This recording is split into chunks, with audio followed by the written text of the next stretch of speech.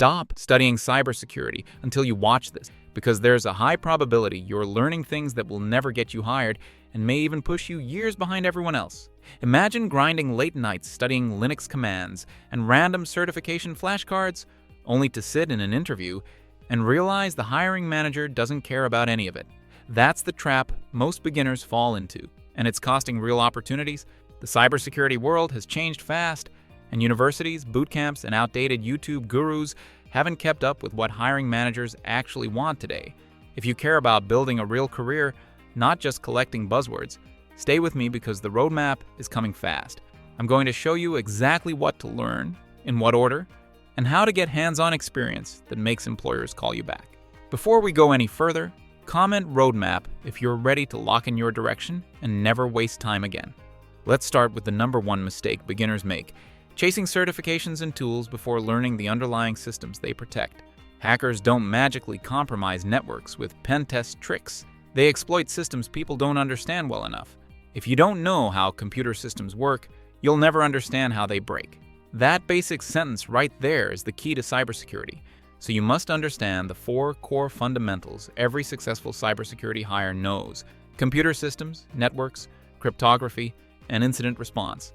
Master those, and you become relevant in every cybersecurity role, from SOC analyst to red team to secure software. Drop a comment with the one you think you're strongest in right now. Computer systems matter because everything else builds on top of them, and nearly every security incident ties back to a system doing something it shouldn't. You need to understand memory, process, users, file systems, and how operating systems manage resources. You don't have to be a senior sysadmin, but you must know how things behave when they're healthy before diagnosing when they're hacked.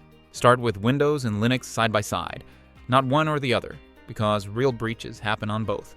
Practice system logs, task manager versus top, registry versus configuration files, and permissions across both platforms. When you understand the normal state, abnormal becomes obvious. If you want a separate video just on system fundamentals, tell me in the comments. Networking is the second pillar, and this is where most cybersecurity beginners either become unstoppable or quietly fail out. Networks are just conversations between computers, and cybersecurity is basically learning when a conversation becomes suspicious. Focus on ports, protocols, subnets, routing, DNS, and packet flow, the actual things that break during attacks. Don't obsess over memorizing acronyms until you understand how data moves from source to destination. When you can look at network traffic and tell whether it's normal or malicious, you're already ahead of 70% of entry-level candidates. Try capturing packets with Wireshark and identifying just 2 things: what started the conversation and what the destination did next. Comment networking if that's a skill you're nervous about. Cryptography isn't about becoming a math genius. It's about understanding how we protect data and how attackers bypass protections. You need to understand hashing, encryption, digital certificates, transport layer security, public and private keys, and how authentication actually happens behind the scenes. If you've ever logged into a website, you interacted with cryptography, whether you realized it or not. Attackers spend more time misusing crypto than breaking it, so knowing common misconfigurations is more useful than knowing algorithms by memory. Once you learn how passwords are hashed, why salts matter, and how certificates work, phishing and credential stuffing attacks start to make complete sense. Cryptography is what makes secure systems secure and what makes insecure systems collapse instantly. If crypto is your weakest area, say crypto in the comments so I know to make a walkthrough. Incident response is where cybersecurity becomes real, because this is what companies hire people for. This skill is all about detecting something wrong, containing it fast, and minimizing damage. You learn how to analyze alerts, investigate logs, identify root cause, and document the incident so it doesn't happen again. A huge secret here: most hiring managers don't care whether you can hack. They care whether you can help fix what's already hacked. This is why SOC jobs are the easiest way into cybersecurity. They build your skill base on real threats. The more attack patterns you recognize, the more valuable you become. If you're interested in a SOC walkthrough, drop a quick SOC in the comments. So let's talk about what hiring managers want right now, because job descriptions online are usually written by HR and not the people doing the hiring. Entry-level managers want people who can detect threats, document findings clearly, use security tools effectively, and follow procedures without panicking.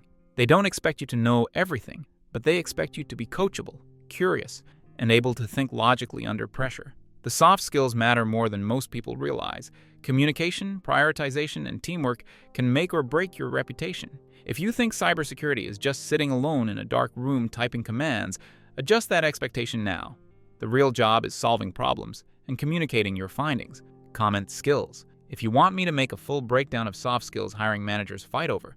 Now, we drill into tools. Not the random ones influencers hype, but the tools hiring managers check for in skill assessments. Every entry-level cybersecurity analyst should know how to use CMs like Splunk or Elastic, endpoint tools like Defender or CrowdStrike, vulnerability scanners like Nessus or Qualys, and packet tools like Wireshark. You don't need to master them. You just need to know how to navigate, investigate alerts, and pull useful information. Hands-on familiarity matters more than memorizing tool names. Build muscle memory on the interfaces, dashboards, and investigation steps.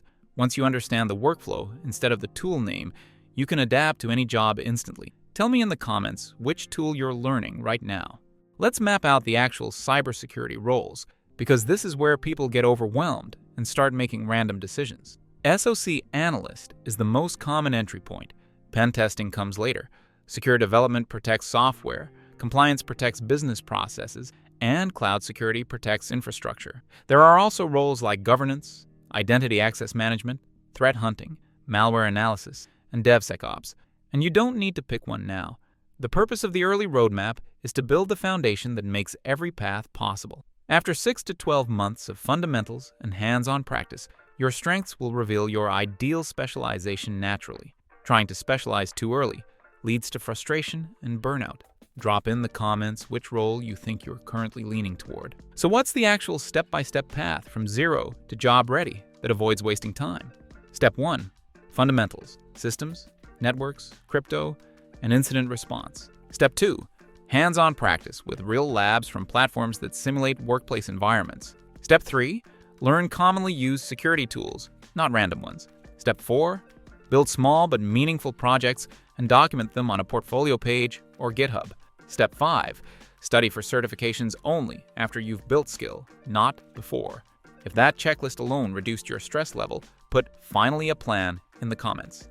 Beginners often ask how to get hands-on practice without a job, and the answer is simple. Labs designed for skill building, not labs designed to impress your ego. Start with blue team labs that teach detection and response using CMs, packet captures, and host forensics.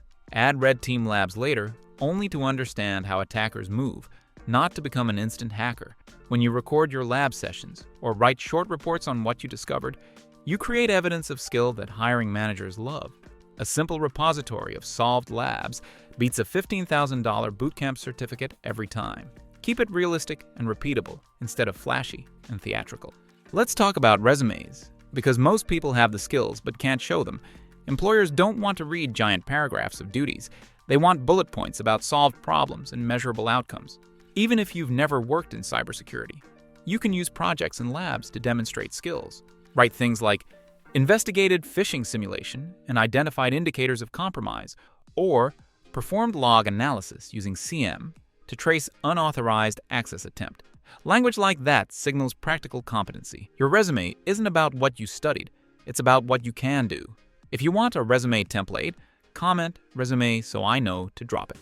Interviews in cybersecurity feel intimidating until you realize they're testing foundational thinking, not trivia. When they present a scenario, like a user clicked a phishing link, they're evaluating your process. Gather logs, isolate host, collect indicators, escalate if needed, and document next steps. You don't need to answer instantly. You need to think logically and talk through your plan. They want to hear how you prioritize and how you communicate under pressure. The best answers show curiosity and discipline, not ego. If you want an interview tips video, tell me in the comments and say interview mode. Let's set expectations clearly, because false expectations crush motivation. You will not become a senior hacker in 90 days, but you can become employable in 6 to 12 months with the right structure. You don't need genius-level talent, you need consistency and practice. You don't need to know everything, you need to be willing to learn what you don't know. Cybersecurity is not a gate-kept industry. It is a high-demand industry, desperate for people who can think critically and solve problems. If you show curiosity, discipline, teamwork, and technical fundamentals, you will get a shot. Comment, "I'm in," if you're ready to commit. Finally, everything you need to do next? In plain English, learn systems and networks first, then cryptography and incident response. Do hands-on labs weekly with the goal of creating a portfolio of solved investigations. Learn core cybersecurity tools that hiring managers already use. Apply for SOC roles once you have fundamentals, labs, and projects documented. Don't wait until you feel perfect. If you want a full beginner to career roadmap with resources, links, and lab suggestions, watch our Cybersecurity Roadmap for Beginners video. Until next time, and stay tuned, because we're going to build your first cybersecurity portfolio together, step by step. Found this valuable? Watch our playlists for more practical, expert-level insights on digital transformation and leading your career into the next era of growth. And don't forget to share this video with anyone who needs a clearer strategy. Knowledge is power, and the more people who understand this, the more successful your organization will be. Simplify the tech, amplify the impact.